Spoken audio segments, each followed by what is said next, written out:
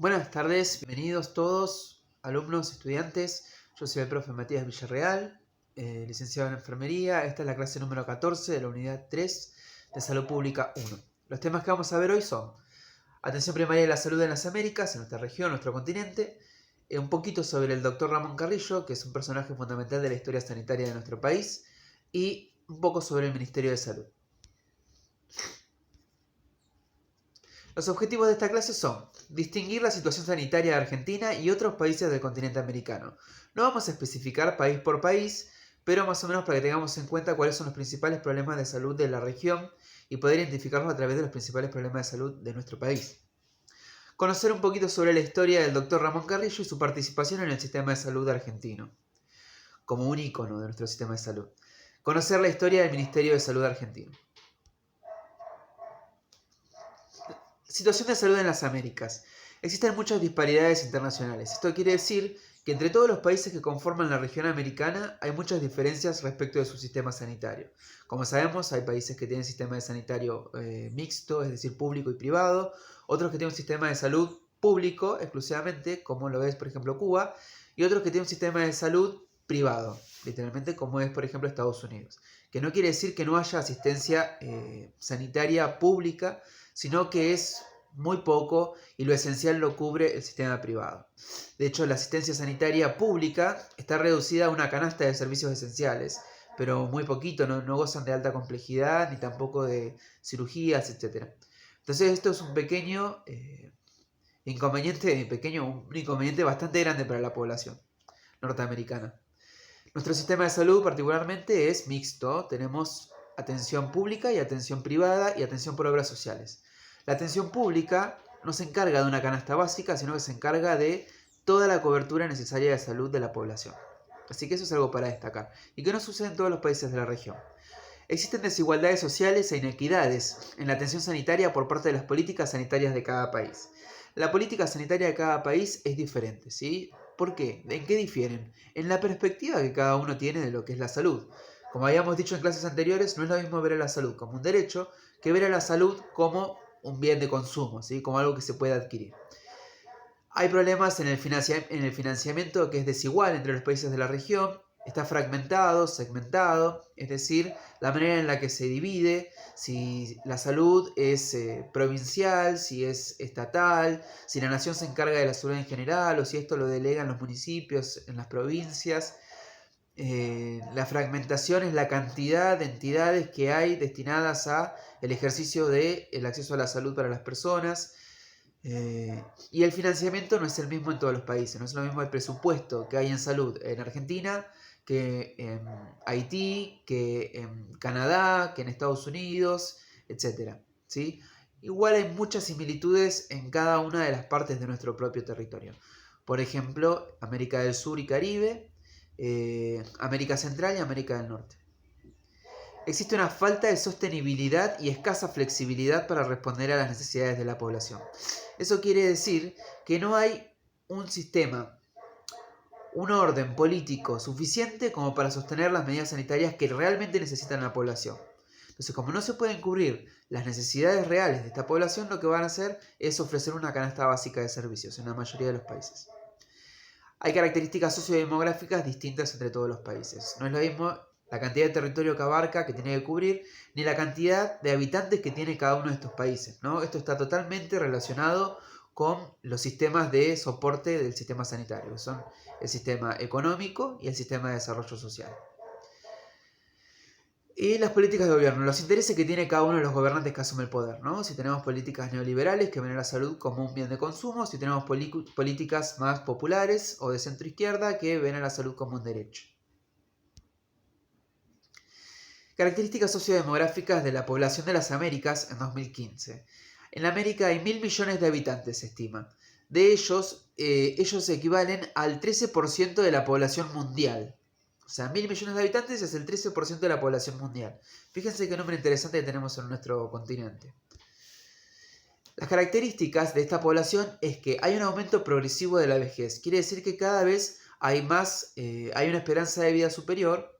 La gente vive mucho más años y esto no va de la mano con la natalidad, con el nacimiento. El índice de nacimientos se ve bajo. El índice de fecundidad, es decir, de embarazos, también se ve muy disminuido, sobre todo en las grandes urbes como lo son New York, Brasil, Ciudad de México. Son las 3 grandes urbes de América. Acá se ve que hay un bajo índice de nacimientos y un alto aumento de la vejez, lo que representa un gran problema a nivel demográfico, ¿no? De la cantidad de población productiva que vamos a tener y la cantidad de enfermedades que van a prevalecer. Ahora vamos a ver siguientemente las enfermedades que prevalecen en esta región según edades. Gracias a Dios, este bajo índice de nacimiento se ve compensado por un aumento en los embarazos adolescentes en la región, por sobre todo de América Central y América Caribe. En el periodo del año 2010 al año 2015 se evaluó en una investigación que hubo un aumento, un crecimiento de los embarazos adolescentes, lo cual empezó a restablecer el equilibrio entre la población adulta mayor y la natalidad. Mortalidad. Vamos a ver números que van a estar expresados en porcentaje con 3 puntitos. Eso quiere decir por 100, por 1000, por 10.000, por 100.000. Cada puntito agrega un 1000. Entonces, cada uno de los números que vamos a ver acá lo vamos a ver que corresponde a cada 100.000 habitantes. Mortalidad. De los 10 a los 24 años, principalmente homicidios, que ocupa el 24%. Accidentes de tránsito, el 13%. No es por ciento, recordemos, es cada 100.000 habitantes, ¿no? Yo voy a decir por ciento para que sea más sencillo explicarlo. Y suicidios equivale al 5.7% de la población entre 10 y 24 años, que podríamos decir que es la población adolescente, ¿no? Para poder clasificarlo de manera más aproximativa.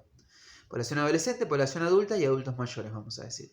Entonces, en la población de 24 a 64 años, que podríamos decir que son los adultos, tenemos otras principales causas de mortalidad, que son las cardiopatías isquémicas en primer punto con el 36%, seguidas por la diabetes y los homicidios en 18.3%. Luego tenemos en la población mayor de 65 años, principalmente lo que es cardiopatías isquémicas, 620, o sea, 620 casos por cada 100.000 habitantes en esta población, en esta edad, ¿no? Mayores de 65 años. ACV es la segunda causa, accidente cerebrovascular, que ocupa el 327%, y lo sigue demencia y Alzheimer. Muy bien. Vamos a continuar. En América Latina y el Caribe nos vamos a dirigir a esta región que es la que nos corresponde a nosotros, donde nosotros habitamos, ¿sí? Porque ya habíamos planteado anteriormente que tenemos diferencias grandes sociodemográficas y económicas en niveles de desarrollo entre nosotros y Norteamérica, ¿sí? Los países de América Latina y del Caribe tenemos grandes similitudes en lo que es socioeconomía y demografía y cultura. En cambio, lo que es América del Norte suele tener otro tipo de cuestiones. Entonces nos vamos a enfocar en América Latina y el Caribe. Dice que en la población de 5 a 14 años a los niños, las principales causas de muerte son lesiones causadas por el tránsito y las no intencionales, lesiones caídas no intencionales, ¿no? Por accidente. Y las enfermedades infecciosas, respiratorias, diarrea, tuberculosis, meningitis, entre otras, son el segundo grupo de causas de muerte. En América Latina y el Caribe, en la población adolescente, las principales causas de muerte son externas al individuo, en especial los homicidios, los suicidios y las lesiones causadas por los accidentes de tránsito. La salud materna en América Latina y el Caribe se ve de esta manera. Vamos a tomar como eje los 3 principales cuidados, que es la cobertura del control prenatal, la cobertura del parto institucional y la reducción de la mortalidad materna durante el parto o el embarazo. En lo que es la cobertura de control prenatal se ha visto un aumento desde el 2005 al 2016. En 2005 el 72% de los países de América Latina y del Caribe tenía una cobertura de control prenatal pública, ¿no? El 72%. Y en 2016 se logró llegar a un 87%, o sea, mejoramos. Bien ahí. La cobertura del parto institucional entre 2005 y 2015 pasó del 91% al 95%. Como vemos, había un 72% de cobertura prenatal, pero un 91% de cobertura del parto. El parto sí estaba cubierto en la mayoría de los países de nuestro cono. Y aumentó, o sea que mejoró la situación. Y hubo una reducción de la mortalidad materna entre 1990 y el 2015. A nivel mundial fue del 44% y en América del 49%. O sea que es un muy buen índice de reducción de mortalidad materna en este periodo. Porque acá figura que hubo fuertes políticas de desarrollo, políticas sanitarias, políticas económicas tendientes a mejorar la calidad de salud de la población. Si nosotros observamos estas fechas, estos años, estos momentos de la historia, podemos entender qué tipo de cambios hubo. Principalmente el Pacto de Alma-Ata, que establece una serie de principios universales para la cobertura de la salud y la garantía de la vida saludable, una vida de calidad para todos los individuos del planeta. Principalmente acá en América contamos con lo que es la Organización Panamericana de la Salud, que es como un anexo americano de lo que es la Organización Mundial de la Salud. Y hay políticas constantes, investigación constante sobre desarrollo, prevención, promoción y cobertura sanitaria. Salud del adulto mayor. En todos los países de la región de las Américas se observa un creciente envejecimiento de la población. ¿Por qué esto representa un problema? Porque cuanto más tiempo vive la persona, más periodo de vejez tenemos, más costo sanitario podría representar, ¿sí? Digamos inversión sanitaria, pero más atención sanitaria representa esta gente. Y socialmente representa menor productividad. Entonces esto se tiene que ver compensado con el índice de nacimientos. La esperanza de vida para los próximos 21 años será el 81% de las personas que nacen en la región vivirán hasta los 60 años. Y el 42% de ellas sobrepasarán los 80 años de edad. El 42% es lo nuevo porque la esperanza de vida ya estaba en 60 años. Vamos a continuar. Vamos a hablar un poquito, vamos a conocer. Les presento a todos ustedes al doctor Ramón Carrillo y el Ministerio de Salud, lo que vamos a hablar nosotros. En 1906 nace un santiagueño del Estero, no de Santiago de Chile, sino de Santiago del Estero, argentino, el doctor Ramón Carrillo. En su momento no era doctor, era el niño Ramón Carrillo. Es argentino, padre, fue médico neurólogo, recibido de la Universidad de Buenos Aires, sanitarista muy exitoso, con grandes investigaciones científicas a nivel mundial, y fue ministro de la Salud de la Argentina en el periodo de 1946 a 1954.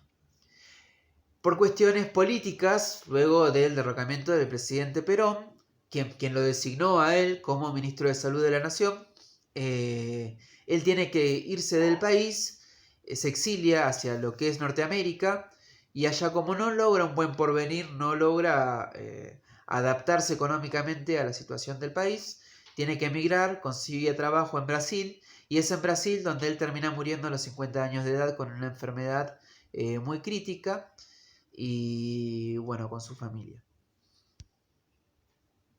¿Cuáles son los aportes que Ramón Carrillo hizo a nuestro país? Primero que nada, entrar de la mano del Ministerio de Salud. Fue el primer ministro de Salud que conocemos en la historia de nuestro país. Antes no había ministro de Salud. Bien lo dijo Juan Domingo Perón, criticaba mucho el hecho de que había un ministerio para las vacas, ¿no? Así lo decía él, el Ministerio de Hacienda, pero no había un Ministerio de Salud, que consideraba que la salud de la población era mucho más prioritaria. Y lo comparto. Antiguamente era la nación la encargada de crear y administrar hospitales. Esto, como somos una república federal, y hemos cambiado no solamente a nivel sanitario, sino también a nivel educativo, por ejemplo, estas políticas de federación, cada una de las provincias, las partes del Estado, del gobierno, tiene su propia autonomía. Y es así que el Estado termina deslindándose de ser el encargado de crear y administrar los hospitales y lo deja en manos de las provincias. En la actualidad las provincias, en su carácter de federal, crean y administran sus propios hospitales, con su presupuesto. Eso es lo interesante de entender, ¿sí? Que ahora esos hospitales cuentan con el presupuesto de la provincia y no de la nación. Ahora vamos a ver una pequeña línea de tiempo que habla de todas las figuras que hubo para denominar a el ente administrativo nacional encargado de administrar la salud pública. ¿Qué quiero decir esto? Para no decir la palabra Ministerio de Salud, ¿sí? Es el ente público encargado de administrar la gestión sanitaria, la salud pública. De la mano de Juan Domingo Perón, en 1946 designa como secretario de Salud al señor Dr. Ramón Carrillo. Digo secretario de Salud porque estoy hablando de 46, Todavía no había ministerio. En el año 49, Perón designa esta secretaría como ministerio, de la mano del doctor Ramón Carrillo, ministro de Salud, primer ministro de Salud de la República Argentina. En 1955, el presidente Aramburu cambia esto en un gobierno de facto y lo pasa a Ministerio de Asistencia Social. O sea, el título claramente nos indica el recorte de presupuesto que hubo para este tipo de entidad. En 1958, 3 años después, bajo la presidencia de Frondizi, se crea el ministerio, pasa a ser Ministerio de Asistencia Social y Salud Pública. Lo único que le agregan es que se encargaba además de la salud pública. Fíjense qué distinto esto, ¿no? Cómo durante la presidencia de Perón, cuando nace el Ministerio de Salud, en el espíritu del Ministerio de Salud se encarga de la salud de la población. Cuando pasa a ser, con el gobierno de facto, Ministerio de Asistencia Social, es solamente una asistencia. Entonces yo te brindo un auxilio, una ayuda. La ayuda surge de lo emergente, de lo urgente, no de una necesidad continua. Entonces yo voy a atender lo principal, tu urgencia, ahora, pero no voy a seguir un tratamiento tuyo. Eso es asistir. Luego, con el gobierno de Frondizi en el 58 dijimos, sigue siendo el Ministerio de Asistencia Social, pero se le suma y Salud Pública, tomando iniciativas de salud pública. Durante el gobierno de Onganía, en el 66, pasa a ser Ministerio de Bienestar Social. Ya ni siquiera aparecía la palabra salud. Ministerio de Bienestar Social. Tremendo. Durante el gobierno de Viola, en 1981, pasa a ser Ministerio de Salud Pública y Medio Ambiente. Ahí empezamos a anexar otros ministerios. A lo largo de la historia los ministerios fueron anexándose. Se fusionan y se dividen, se fusionan y se dividen. La intención, ¿qué pasa cuando yo fusiono dos ministerios? Cuando yo fusiono dos ministerios, lo que estoy haciendo es quitar un ministro y quitar un montón de otras personas que cumplían determinadas funciones. Porque ahora de eso se va a encargar una sola. Si yo tengo un solo ministerio para cumplir dos funciones, no necesito dos ministros. Necesito uno solo. Y todo el personal administrativo también se va a ver reducido. Entonces tiene que ver con políticas de recorte. Esto tiene que ver con políticas de medición de los recursos económicos de un país.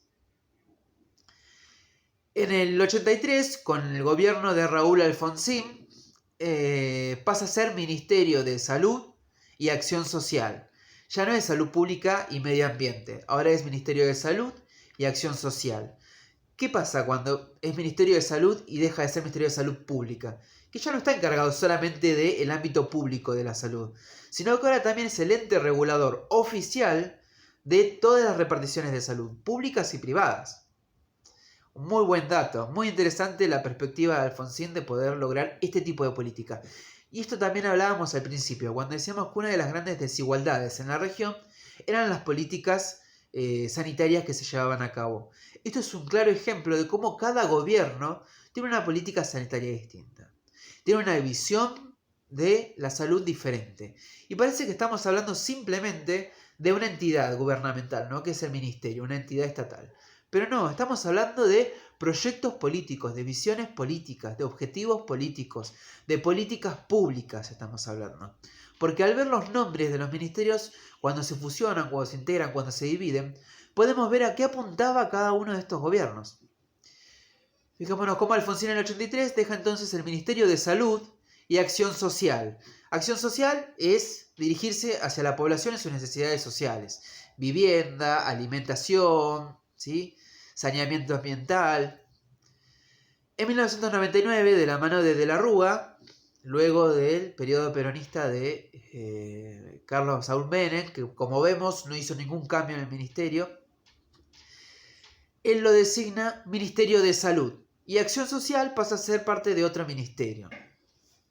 Ministerio de Desarrollo y Acción Social.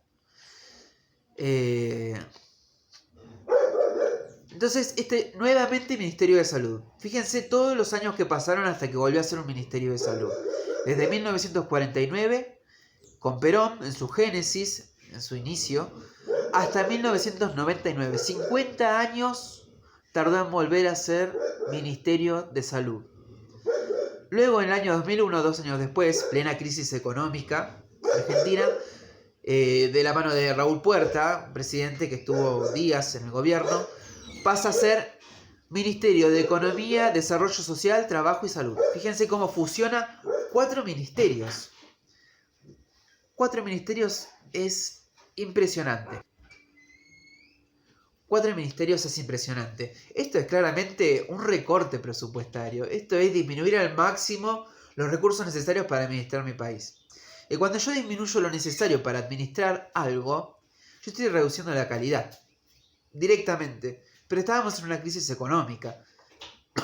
De despidos masivos. Y no solamente a nivel privado, sino también a nivel público. Y este es un claro ejemplo. ¿Qué pasa con toda la gente que trabajaba en cada uno de estos ministerios? Luego, durante la presidencia de Duhalde, en 2002, pasa a ser Ministerio de Salud y Ambiente. Bueno, muy parecido a lo que pasó en el 81 con Viola, que era Ministerio de Salud Pública y Medio Ambiente, ¿no? En 2007, con la presidencia de la doctora Cristina Fernández de Kirchner, vuelve a ser Ministerio de Salud. Nuevamente, tenemos Ministerio de Salud con Perón en el 49, con De la Rúa en el 99 y con Cristina Fernández de Kirchner en el 2007. En el 2018, 11 años después de que tengamos un Ministerio de Salud, durante la presidencia de Mauricio Macri, el Ministerio de Salud pasa a formar parte, cambia el rótulo de Ministerio de Salud a Ministerio de Salud y Desarrollo Social, uniendo dos ministerios, ¿no? Luego de estos dos ministerios queda solamente el Ministerio de Desarrollo Social y el Ministerio de Salud pasa a ser una secretaría. El hecho de que un ministerio, que nuestro Ministerio de Salud haya pasado a ser una secretaría, es una disminución en todo. Primero que nada es una falta de reconocimiento, porque si ya no requiere un ministerio, quiere decir que no es una prioridad de gobierno, ¿no? Es la administración de la salud. Y queda claro eso. Y siendo una secretaría, los recursos, el presupuesto que se le va a designar es mucho inferior también. Entonces, si contábamos con un sistema sanitario débil y fracturado, imagínense cuando se le recortan los recursos que recibe. Mucho más débil y mucho más fracturado todavía. Esto no es una política que busque resolver problemas en materia de salud, sino una política que busca resolver problemas en materia económica.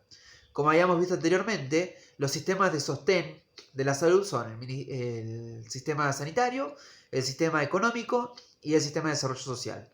Acá vemos que desarrollo social y salud los fusiona y el sistema económico se los come, porque es una política neoliberal que busca reducir los costos. Y ellos ven a la salud como un costo. Entonces van a reducir el presupuesto que se asigna a esto, por eso se convierte en secretaría del ministerio.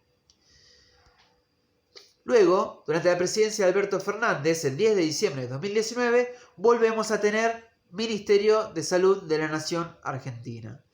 Y este Ministerio de Salud de la Nación Argentina no se encarga de crear nuevos hospitales y administrarlos. Se encarga de... Esta función sigue siendo de las provincias, pues somos un Estado federal. Sigue siendo de las provincias la de crear y administrar los hospitales. Pero el Ministerio de Salud de la Nación se encarga de regular y organizar todo el sistema sanitario del país, a nivel de repartición pública, privada, mixta, ¿sí? Entonces es muy importante que tengamos un Ministerio de Salud. Así que esto fue todo, les agradezco enormemente, muchas gracias y nos estaríamos viendo muy pronto.